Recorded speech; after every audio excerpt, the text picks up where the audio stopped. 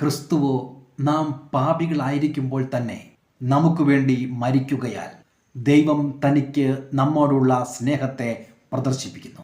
അവൻ്റെ രക്തത്താൽ നീതീകരിക്കപ്പെട്ട ശേഷമോ നാം അവനാൽ എത്ര അധികമായി കോപത്തിൽ നിന്ന് രക്ഷിക്കപ്പെടും. റോമർക്കെഴുതിയ ലേഖനം 5-ാം അധ്യായം 10-ാം വാക്യം. നാം പാപികളായിരിക്കുമ്പോൾ തന്നെ നമുക്കായി മരിക്കുവാൻ അവൻ തയ്യാറായിരിക്കുന്നു.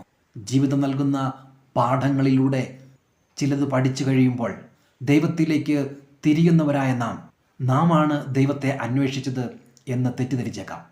എന്നാൽ ഇവിടെ മുൻകൈയെടുക്കുന്നത് ദൈവം തന്നെയാണ് എന്ന കാര്യം നമ്മെ അതിശയിപ്പിക്കുന്ന ഒന്നാകുന്നു. ഈ തിരഞ്ഞെടുപ്പ് ദൈവത്തിന് നമ്മോടുള്ള സ്നേഹത്തെ വെളിപ്പെടുത്തുന്ന ഒന്നായിരിക്കുന്നു.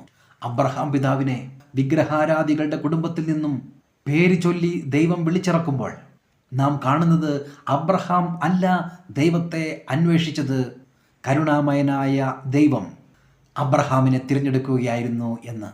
സ്വന്തം ചാർച്ചക്കാരെയും കുടുംബക്കാരെയും ദേശക്കാരെയും എല്ലാം വിട്ട് ദൈവം കാണിക്കുന്ന ദേശത്തേക്ക് സഞ്ചരിച്ച അബ്രഹാം ഒടുവിൽ നാം കാണുമ്പോൾ മഹാധനവാനായി തീർന്നിരിക്കുകയാണ്.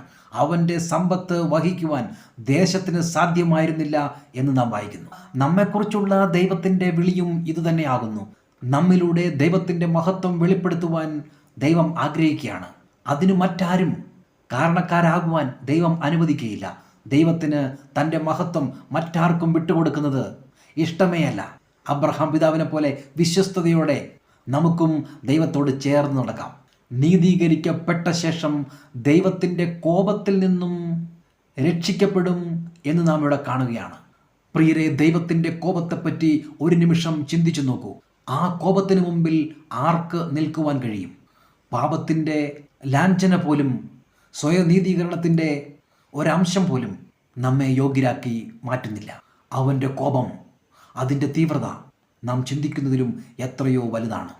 എന്നാൽ അത് നമ്മുടെ മേൽ ഇനി വരികയില്ല. എത്ര ഭാഗ്യകരമായ ഒരവസ്ഥയിലാണ് ഇന്ന് നാം ജീവിക്കുന്നത്. ദൈവത്തിൻ്റെ മുഴു കോപവും കർത്താവായ യേശുക്രിസ്തു തൻ്റെ ശരീരത്തിൽ വഹിച്ചു. നമുക്ക് വേണ്ടി അവൻ ക്രൂശിൽ യാഗമായി തീർന്നു.